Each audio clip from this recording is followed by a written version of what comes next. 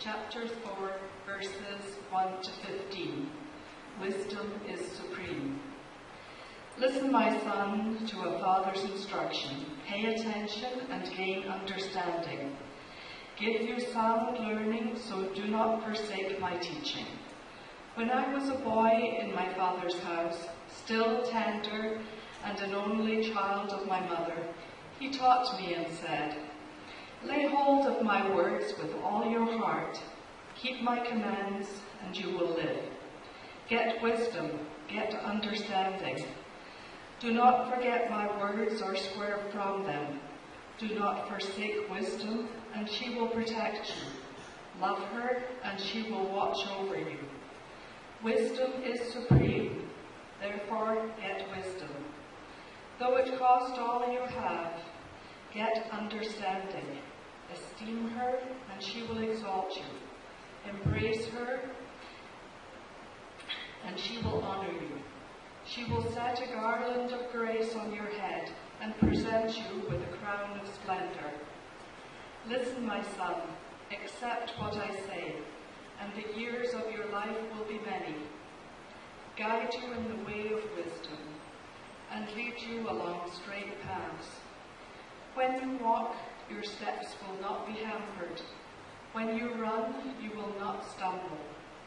Hold on to instruction, do not let it go. Guard it well, for it is your life. Do not set foot on the path of the wicked, or walk in the way of evil men. Avoid it. Do not travel on it. Turn from it, and go on your way."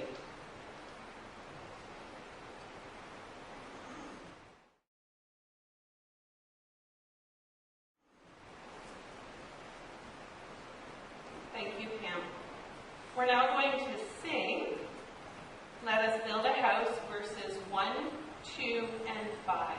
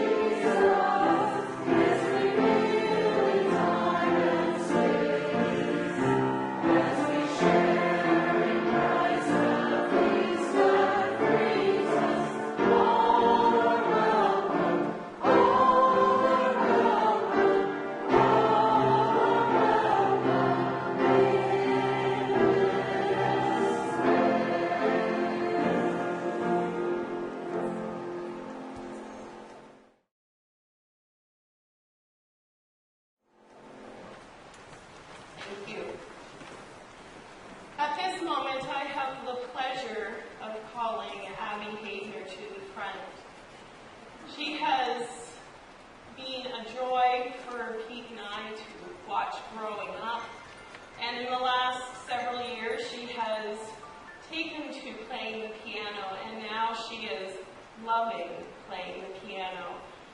I walk into the house, the piano is playing. I start making dinner, and ironically, the piano is playing. When I suggest laundry, we always say, can I play the piano first? So Abby is going to come up. She's going to play 2 songs, and I'll introduce the first song first, and it's Fear Elise. So come on up, Abby.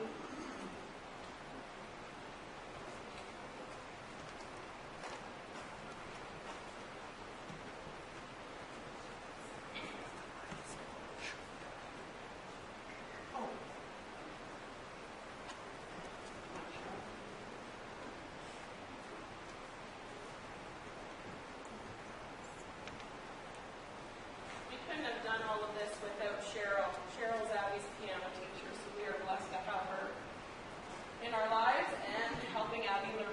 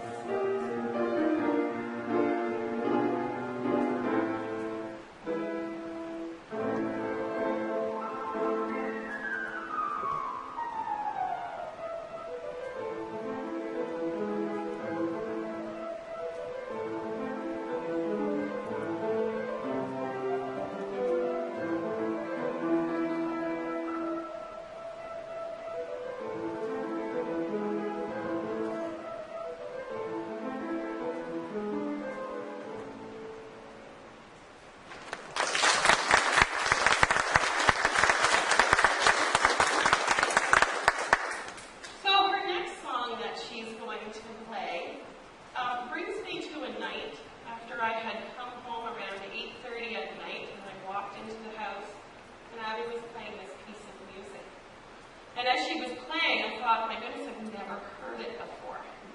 This is foreign to me. But she was playing it with such eloquence already. So I walked into the piano room and I said, Abby, when did you buy this piece of music online? Because she has gotten into the habit of starting to do this. And she goes, well, I didn't. I said, well, I've never heard this. Where did you get the piece of music? She said, well, I wrote it. I said, you wrote it? And she said, yeah, today my teacher, Miss Wismeyer, she said that we had to compose a piece of music. And so I came home and I worked on my piece of music. And to my shock, of course my believing in her, but yet my shock, she had self-composed a piece of music that I can't say I could ever be any more proud of what she has done. So this is Abby's composition.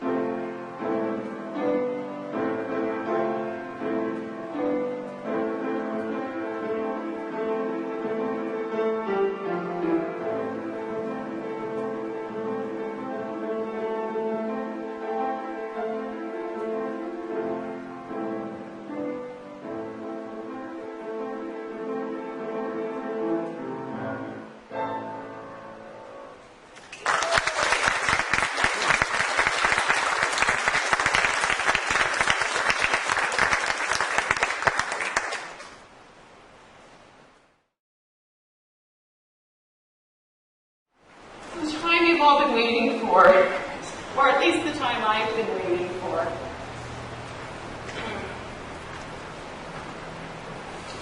If I was in my classroom, I'd be inviting you all to come down and sit in a circle, crisscross applesauce, and putting your eyes in my eyes so I know that you're all listening. But I'll let you sit where you're sitting today. I'll try my best to share my story with you.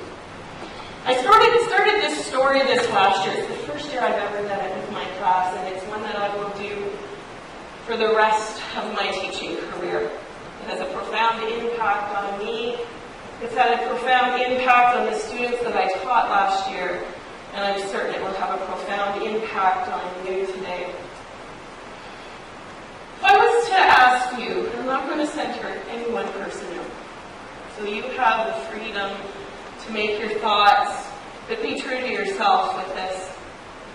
If I asked you to think of 3 things right now that are the most important things to you,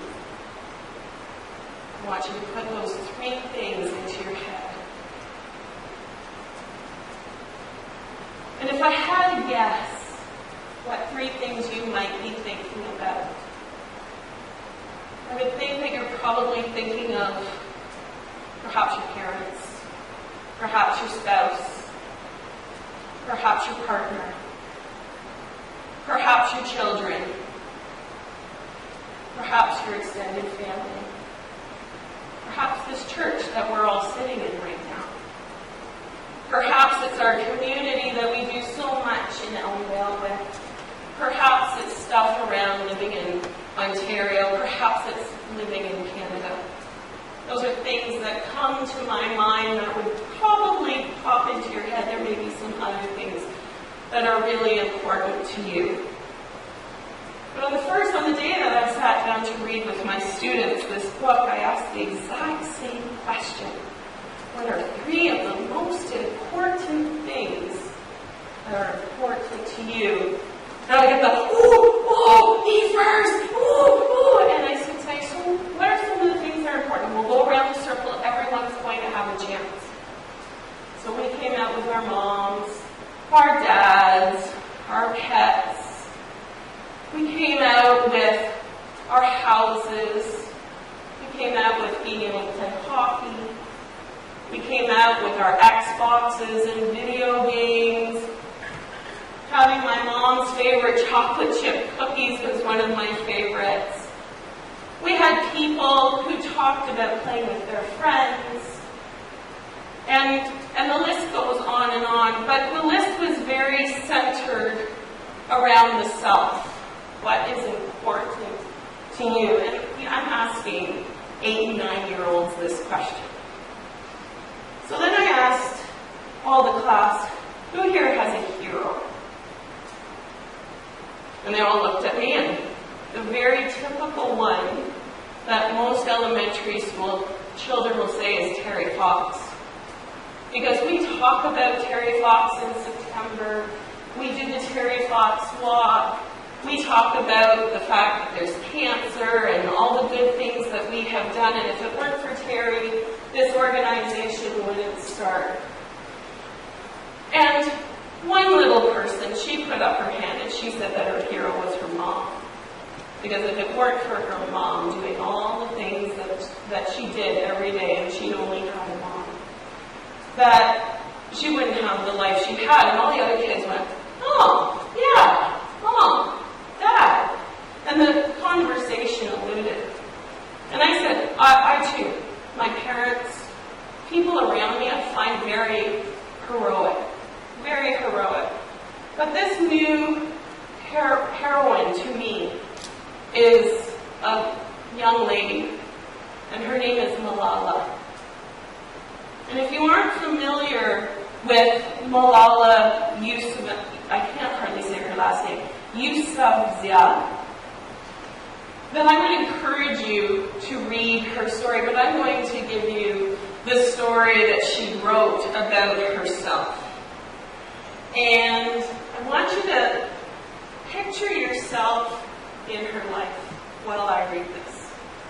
It is called Malala's Magic Pencil.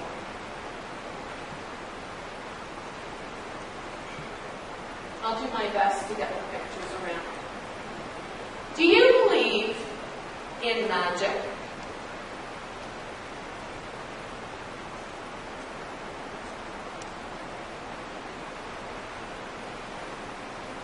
When I was younger, I used to watch a TV show about a boy who had a magic pencil.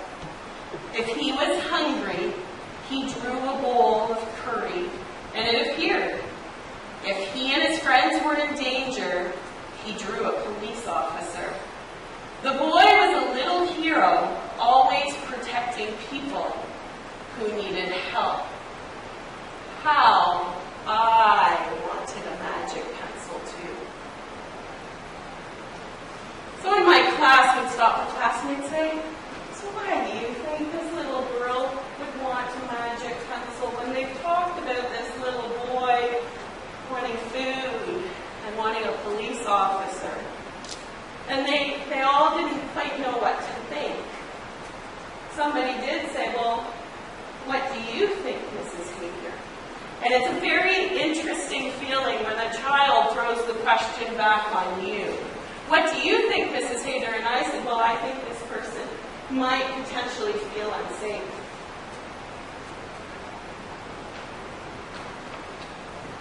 If I had a magic pencil, I would use it too.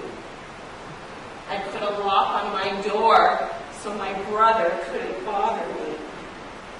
I'd stop time so I could sleep an extra hour every morning. I'd like that magic pencil. I'd like to erase the smell of the trash dump right next to our house. So I closed my book. And I said, "Close your eyes, everybody." So I want everyone here to close their eyes. I'm going to read this one more time. You are now Malala. I would erase the smell. I want everyone to take a deep breath in. Of the trash dump right next to our house. To my surprise, you can open your eyes. My kids all went, "Oh, that's awful." And it was the first time that I had really thought about how the importance of using every one of your senses when you're teaching and talking and making life real. It was for those kids sitting in my class. I would use the magic pencil to make people happy. I would draw the most beautiful dresses in the world for my mother, the best buildings in the valley for my father, so he could open many schools where children would study free. A proper ball, so my brother and I no longer had to play with an old sock stuffed with rubbish.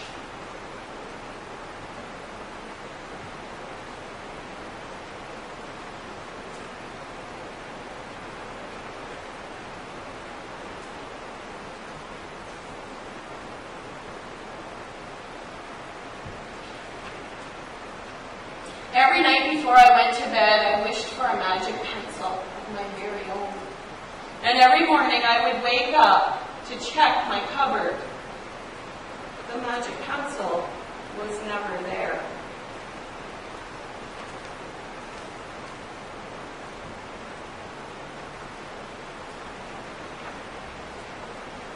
One day I was throwing away potato peels and eggshells at the dump right next to my house.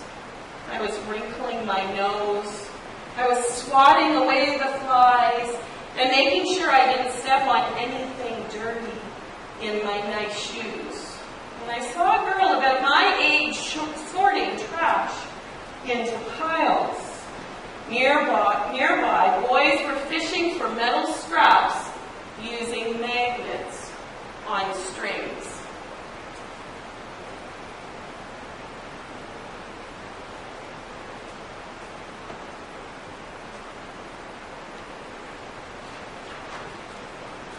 When my father returned home from work, I told him that I'd seen what I had seen. It made him very sad. Abba, I said. Sonny, he said back. I always liked when he called me dear one. Why haven't I seen that girl in my class? Because, he said, but he didn't finish right away.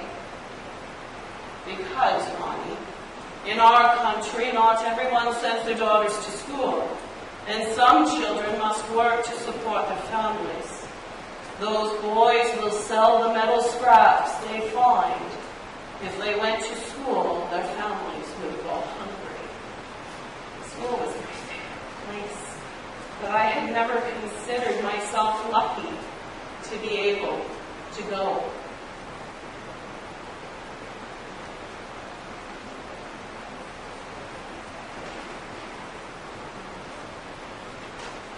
My father had always said, Malala will live free as a bird.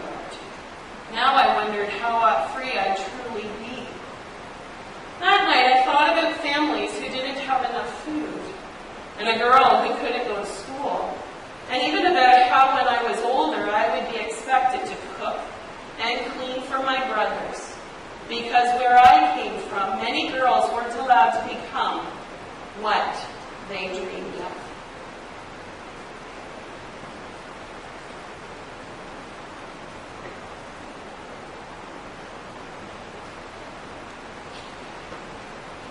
I knew then that if I had a magic pencil, I would use it to draw a better place in the world, a peaceful world. First, I would erase war, poverty, and hunger. Then I would draw girls and boys together as equals.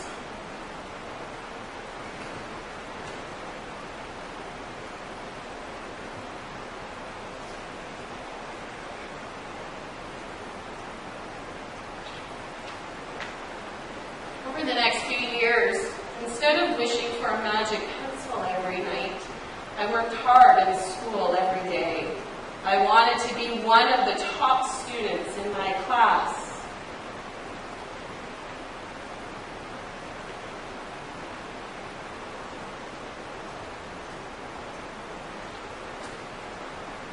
But soon, powerful and dangerous men declared that girls were forbidden to attend school. They walked the streets of our city now, and they carried weapons.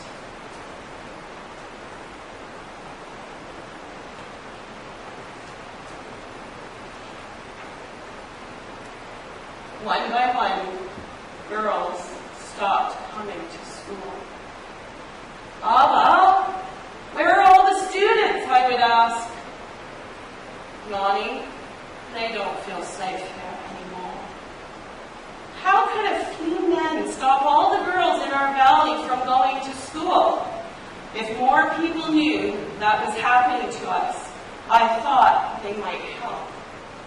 Now at this point in time in the story, I closed my book and I told all of the girls to stand up, except two. And I asked them to go to the far end of my classroom and turn to the wall and not speak. And they did. Not one of them said a word. If you've ever been in a grade 3-4 classroom, that is a hard task to achieve.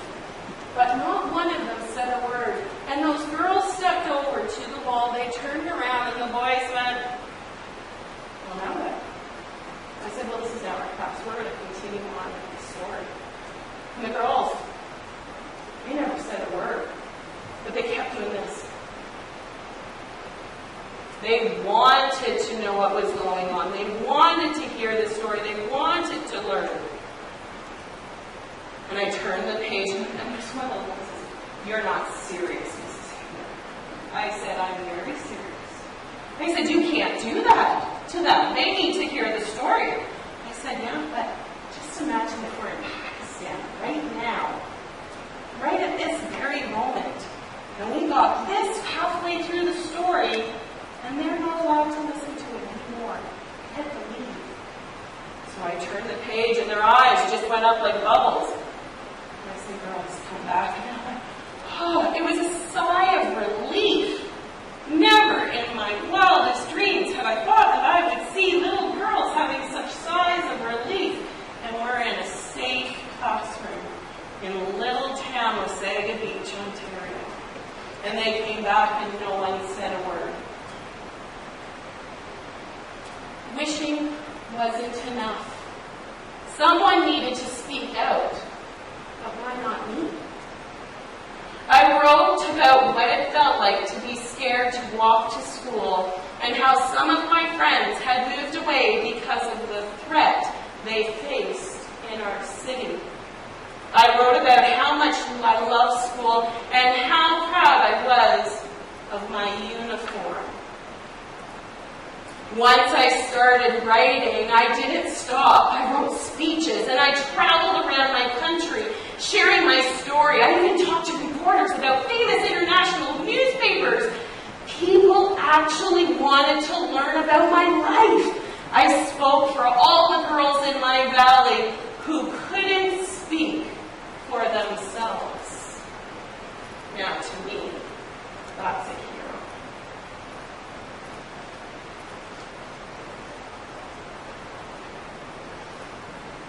My voice, it became so powerful that the dangerous men tried to silence me. And I did cry. Then the kids went, what did they do? What did they do? And I said, they tried to silence me. No, but Mrs. Hager, what did they do? What did they do to her? And we had the open conversation. Malala was shot in the head by the bad men because she wanted girls to go to school. It almost seems fictional in our lives that we could allow this thought to even be a thought. But the thought is so real in places that we can't imagine. My words before I started the next page was, but they failed. And now my voice is louder than ever. Louder because people have joined me. And together we make a chorus, standing up for what we believe in. We. The power of we. We raise our voices for those in need. We help people in danger, even if they are an ocean away. And we think of the world as a family. Now, when I think back to children's time here and how I lived my life, I say every time, you are a part of my family. We are a group of people. I'm not saying that we stand up and do something crazy, but what we do here in church each week is give hope and dreams to people around the world. We have an organization who gives hopes and dreams around the world, and I think that's something that we all need to be very proud of. Do you still believe in magic? Well, I do. I wrote alone in my room, but people all over the world were reading my stories. Millions now know it and help me spread the message of hope. I had at last found the magic I was looking for in my words and in my work.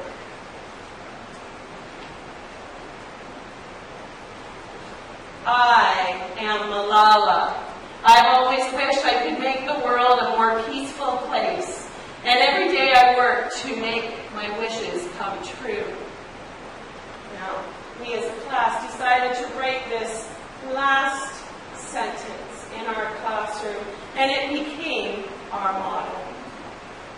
One child, one teacher, one book, and one pen can change the world. Now, if anyone wants to read more about Malala, there is a little bit of an excerpt, but I won't read it because it takes a little bit of extra time, and I do realize I've taken us a little past. But after we were finished the story, I said to my class, and I want you to think about this too. If I was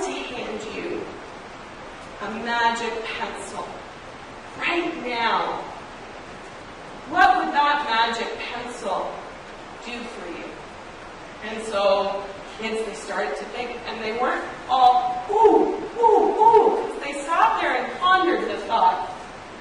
About 2 or 3 minutes after, it was complete silence. I said, does anyone want to share? And they all did. And we came up with ideas, of course, poverty in our world, poverty in our communities. We came up with making sure that there was love everywhere, that there's no bullying in schools, that people treated everyone with respect, that war would end. In fact, there was a little boy who put his hand up and he said, I haven't had much time to think about this, Mrs. Haidner, but I think I want to do a food swap at the Recplex in Wasaga Beach on October 23rd, 2019. And everybody could bring their food, and it wouldn't cost any money, but you could take what you needed and left what you could give. In fact, we could bring that into a clothing where people who don't have winter jackets, they have winter jackets, and any kids who didn't have shoes for school. And it just started to rumble out of his mouth like it was an out-of-body experience. Finally, one of his classmates said, okay, Declan, we've got to move on. And he just sat there and he says, I have a lot to think about. Shortly after, the next day, we talked about Malala. In fact, we talked about this story for a good week and a half, and we wrote a piece of writing. And I helped the students with the framework of what you wanted to see. But this is an 8-year-old's response. I am a lucky person. My name is Jessie, and I'm 8 years old. I live in Wasaga Beach, Ontario. I have one sister who I love most of the time, but she does drive me a little crazy every once in a while, especially when I have my friends over. All she wants to do is play with us and bring her Barbies. I have a nice house and my own bedroom. It is blue with stars on the ceiling.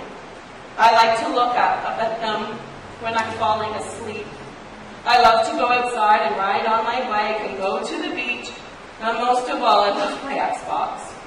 My mom and dad are pretty cool. They work each day. My mom and dad owns Coffee Culture, and my mom likes to bake my favorite cookies. Chocolate peanut butter, but I can't bring them to school because there's peanuts in them, so she makes me oatmeal raisin. I like the chocolate chip peanut butter ones better. I play hockey in the winter, and I like to score goals. In the summer, I play baseball at the Wasaga Beach Sports Complex. I have lots of friends. In school, I love math. I like to multiply. I know that 12 times 12 is 144. I wish I could multiply every day. School is fun. Mrs. Haidner reads awesome stories to us, and she makes me believe in myself. This is one of our growth mindsets. I really wish Malala had the same things I had. How powerful is that? Malala is a girl who grew up in a small country called Pakistan. She didn't have it easy. She lived beside a garbage dump. Could you imagine lying in your bed smelling that gross smelling stuff? I tried to pretend to smell what it might smell like, and it was really awful. All I could smell was rotten food. You know, like when your mom cleans out the fridge and you find the things growing in the back. It makes me feel very sad for Malala. I also didn't like that the kids had to play soccer with a sock full of garbage. How can you kick a sock? The biggest problem is Malala and the other kids, mainly girls, aren't able to go to school. Now let's be honest. There are some mornings that I would like to stay in bed and go to school a little later, but they didn't even have a choice. I don't really understand why this would happen to her. Why am I allowed to be a kid and she isn't? Then Malala was silent. Like, really, why would somebody try to kill her? I may only be 8 years old, but I'm learning to use my voice. At school, we talk a lot about bullying, and I've decided to never be a bystander and stand up for people because that is what's right. It's scary sometimes because I'm sometimes afraid of what my friends might say, but I know that's difference between what is right and what is wrong. And so I kind of feel like I have a connection with Malala. She believed it was right to stand up for others, And so I believe I should too. 8 years old. If I had a magic pencil, I would erase all the bad stuff and make it that everyone would have a chance to live a safe life. All kids should have a chance to have parents, friends, stuff, and be able to go to school. I would draw in a house with a yard instead of a house with a garbage dump. And I would have a new soccer ball instead of a sock full of garbage, maybe an Xbox too. I never want to live in fear like Malala did, and I want the world to be a good place. That would be my wish. I'm going to end it there. I could talk for hours about Malala. I could talk hours about my experiences with my kids. But one thing that I wanted to bring to you today was that whole notion of what we have here. We are so blessed. And I know that people around the world are blessed, but always needing to be in our prayers. I don't profess to be Reverend Meg and know everything. In fact, I wasn't even quite sure what scripture to pick today. But I tried to pick the one that would instill the confidence in our young people to want to continue to have wisdom, to grow up to be good people, to be able to not turn into the badness where Malala has had